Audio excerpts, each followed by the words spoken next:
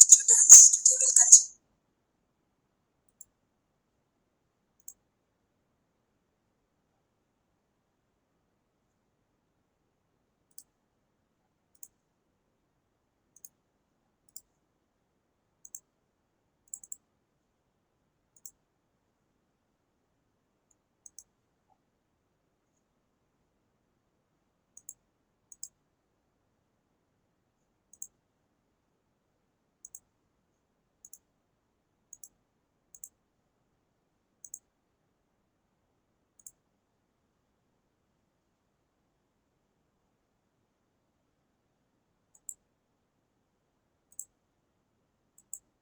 Good morning, students. Today we'll continue again with unit number 3, topic number 2, which is alignment of irrigation canals, network of irrigation canals, and inundation canal.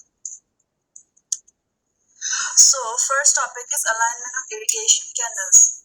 So, depending upon the nature of the country, various types of alignments are possible, which are mentioned below. The first alignment is alignment of contour channels.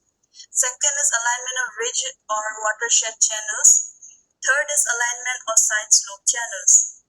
In the first method, the canal is aligned along a falling contour. Hence, it is named as contour channel. The flow of water is generally perpendicular to the slope of the ground. In this type of alignment, drainages are not avoided. So, to reduce the length and subsequently the cost, the channel is not taken strictly along any contour. It follows the contour, but at the same time, it is taken in such a way that maximum distance is placed between the river and the canal as shown in figure 8.4. In this figure, you can see the headworks, the flow of the river. Inside there are contours and canals. The advantage of the second method of aligning the canal is that cross-drainage works are avoided and the area on both sides of the ridge is under 120 common. So in this type, there are banks on both sides of the canal and hence it may be termed as a double bank canal.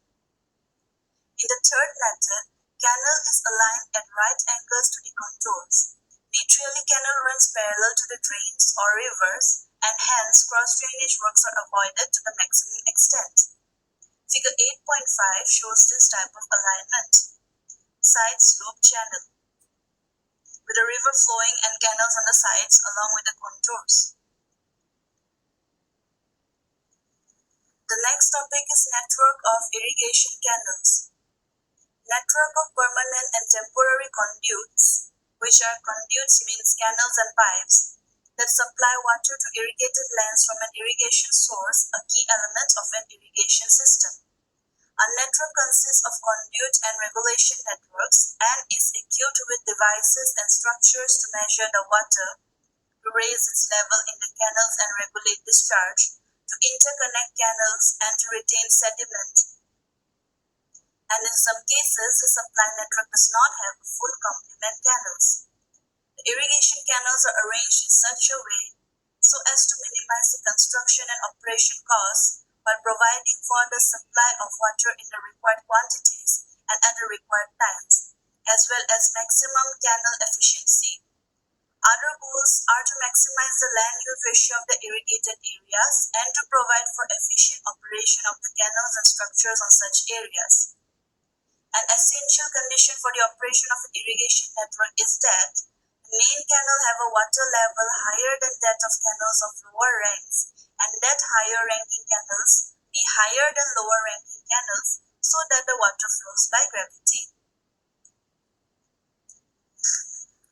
In continuation to the network of irrigation canals, the routes of irrigation canals should pass along the boundaries of farms, crop rotation sectors, and fields so that the irrigated area is not dissected, and the main canal must pass along the highest points of the irrigated area. The canals are set in excavations or banked semi-excavations or on slopes of hills. To reduce water losses to seepage, the The bottom and sides of canals are compacted or covered with cast or prefabricated concrete or reinforced concrete. Screens of clay and polymer flames are also used, and reinforced concrete canals are built. So question may come like, how is reinforced concrete canals built? And you can write the answer as by using a cast or prefabricated concrete or reinforced concrete, screens of clay and polymer films. Next, inundation canal. Inundation canals are made under the following circumstances. Number 1, if river water level during floods remains high for considerable length of time. Number 2, if sufficient flood water reaches the river in March or April, the flood water may be used to submerge the land so that kharif crop could be sown. Number 3, if flood water remains available, say up to late September, the kharif crops can be irrigated up to this time, and even areas may be submerged to sow early rabi crops in October. Areas to be irrigated when in the vicinity of the river banks, the inundation canals may serve the purpose of irrigation.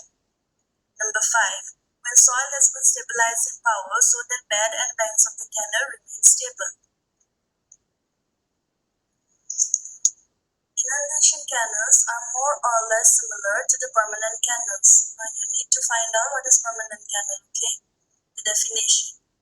The major difference is that in case of permanent canals, permanent machinery or concrete works like weirs, barrage, head regulator, fall cross regulator are constructed to regulate the supplies. But in case of inundation canals, all these works are not there. In order to take water into the canal, river bank is cut. The rising floodwater in the river enters the inundation canal through the cut made in the bank. Sometimes in worse floods, the cut made in the river bank is eroded and develops into a large deep cut. This may cause flooding of the adjoining areas as capacity of the canal may not be that much to deal with the situation. To avoid such possibilities of flooding, a crude type of head regulator or wire may be made at the takeoff point. So head regulator wire, we will learn about these topics in our upcoming units. So here I've shown you a picture of inundation canal. I know it's not clear, but this is what I found it more relatable to canals, inundation canal. You can Google it if you want.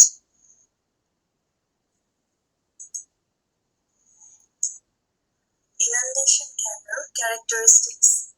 Characteristics of inundation canals. Number 1. Inundation canals are mostly used in deltic and alluvial regions of the river, as river course here is generally at a higher level and courses maintained between dikes or embankments. Number 2. The section of the canal is not regular. The banks are not very strong and may breach if not properly looked after. These canals have longitudinal slope varying from 25 cm to as much as 1 meter per kilometer length. Depth of the canal may be 1.5 meter to 3.5 meter. Like regular canal system, inundation canal system may also have main canal and then smaller canals. Number 3. The bed level of this canal should be kept at the most at the level of minimum water level in the river. Lower the bed level of the canal, more will be the time for which water will remain available. Inundation canal may be provided with 2 or 3 heads. It is done that if one head is washed away, water may be taken from the other head. Number 4. The head ridge of the canal may be extended to several kilometers. At the end of the head ridge, a flood regulator is constructed. An escape should be provided near the regulator so that if more water gets entered into the canal, it may be taken out and redischarged into the river downstream. Lot of silt is deposited in the canals, and as such, silt clearance should be done after every flood. Advantages of inundation canals are cited below. Number 1, it is cheap, so as no headwork and other works have to be constructed. Number 2, water being rich in silt, it has good manorial qualities. Number 3, the area is less liable to be waterlogged. Disadvantages of inundation canals. There are 7 disadvantages. The first one is, as there is no headwork structures, The head of the canal is liable to be washed away during floods. Number 2, duty of water is very low. Number 3, since availability of water is dependent upon the floods, the scarcity of water is always felt. Irrigation water may be badly required and the flood water in the river may not be available. Due to lack of assured supply, the farmers take little interest in their work. Number 5, canals will have to be frequently cleared from silt. Number 6, the bigger size of the canal is generally adopted. This is done to get as much as of flood water as possible within the limited time. Number 7, the alignment of the canal is not very precise. It may be silting at some section and scoring at the other section. So now we'll just go through a video for canal. And today for this lecture number 15, I'm not giving you any assignment, just a single break for lecture 15. In the upcoming lectures, I'll be giving you assignments, but only for this lecture number 15, I have not given you assignment. So I hope you all are happy with that. So okay, thank you.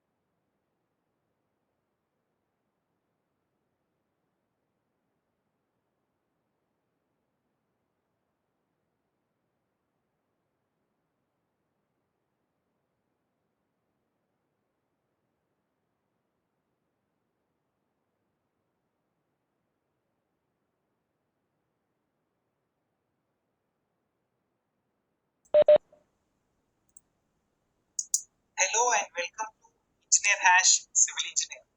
After a very long time, hello guys. In this video, I'm going to discuss about canal irrigation and classification of canals. First of all, let's divide these two terms, canal and irrigation. What is a canal? Canal is nothing but a human-made channel. A man-made channel is called as a canal. And what is irrigation? Irrigation is nothing but supply of water to the crops or agricultural lands is called as irrigation. So combining canal irrigation, supplying of water using canals is called as a canal irrigation. Canal irrigation is a very important part of irrigation. It is a major source of irrigation in agricultural countries. These two are examples of how canals look like. This is a lined canal. This is an unlined canal. I'm going to explain what is a lined canal and an unlined canal. And here this is the layout how the canal is subdivided into its branches. And next we have classification of canals. Canals can be classified depending upon 6 factors. First one is classification based on nature of source of supply. Classification based on financial output. Classification based on function. Classification based on boundary and surface. Classification based on discharge and relative importance of the canals. And next, last we have classification based on canal alignment. These are 6 types of classifications of canals. We are going to discuss each and every one individually. Classification based on nature of source of supply. We have permanent canal and inundation canal. In permanent canal, the source of water supply in the canal is permanent. Means it is available 365 days in a year. Such canals are called as permanent canals. They are also called as perennial canals. These canals will have masonry works and all other permanent works. And for inundation canal, the water is only available when the river has floods or the storage level in the reservoir is full. Only then we will have water in inundation canals. These are also called as temporary canals. Next, we have classification based on financial output. So get this, every 1.07 seconds, a new user goes to Wix.com and starts creating their professional website.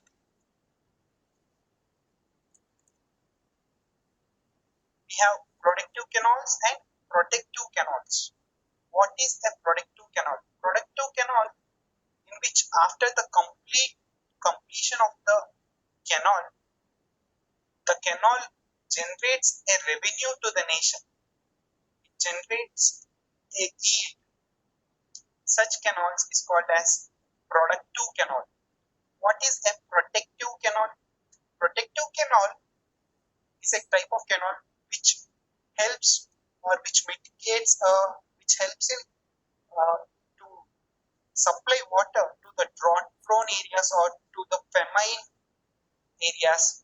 Such canals are called as protective canals. So let's revise. Productive canal generates income, whereas protective canal is just to avoid the drought or famine. Such canals are called as protective canals. Canals are also classified based upon their function. We have 5 such canals: irrigation canal, carrier canal, feeder canal, navigation canal, and power canal. So the name itself tells irrigation canal is nothing but the canals which are used for the function of irrigation. Carrier canal is it helps for irrigation and it also carries water for another canal. Whereas in feeder canal, the only purpose is it helps in feeding another canals, 2 or more canals. It feeds water to 2 or more canals. Whereas we have navigation canal where you can navigate using small boats and ships. Such canals are called as navigation canals. We have Suez Canal or Panama Canal are examples of this navigation canal. And we have power canal. Power canal is nothing but the water, it carries water which helps in generation of power. Such canals are called as power canal. This is classification based on function. And next we have classification based on the boundary surface. Look at this. This is a lined canal or a rigid boundary canal. Here this is an unlined canal. Here you don't have rigid boundary. This rigid boundary lesses the infiltration losses of the water. And this non-rigid boundary canal is again classified into 2 types: alluvial canals and non-alluvial canals. In alluvial canals, you have silt as the boundary, whereas in non-alluvial canals, you have clay or soil, clay, sand, or rock strata. Such canals are called as non-alluvial canals. Again, I am going to revise this. We have rigid canals or lined canals. These are called as unlined canals or unrigid canals. And this unrigid canals or unlined canals is divided into 2 types: alluvial canals and non-alluvial canals. Alluvial canals have silt as its strata, where non-alluvial canals have clay or rock strata as their bed. Grammarly does more than catch errors. With Grammarly, you can find really In Next, we have classification based on the discharge and relative importance. See, a single canal cannot irrigate the entire country. So we need to have sub branches depending upon its discharge.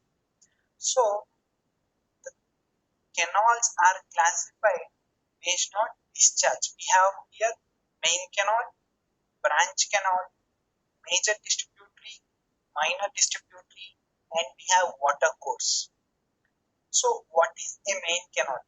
The canal which carries water directly from the reservoir or the river. Such canal is called as main canal. Here this dark blue line is called as a main canal. And when this dark blue line gets divided into two or three branches, such canals are called as branch canals. And this branch canal can carry up to 5 cubics. And there are few distributaries from the main canal or the branch canal. Such distributaries are again classified into major distributary and minor distributary. Here if you look at this, this is a major distributary and this is a minor distributary. The difference between two is the major distributary carries from 1/4 of a cubic to 5 cubics of water, whereas a minor distributary carries 0 to 0.25 cubics of water. And these major and minor distributaries are the actual canals which carry water to the irrigation fields. And next we have water course. Water course is nothing but these are the simple canals which carry water directly to the field itself, directly into the field. Such canals are called as water course canals. This is the brief layout how the canal irrigation looks like. This is the layout.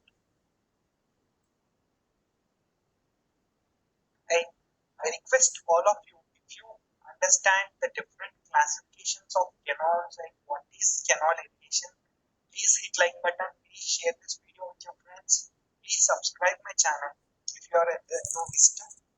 And next we have classification based on canal alignment. Here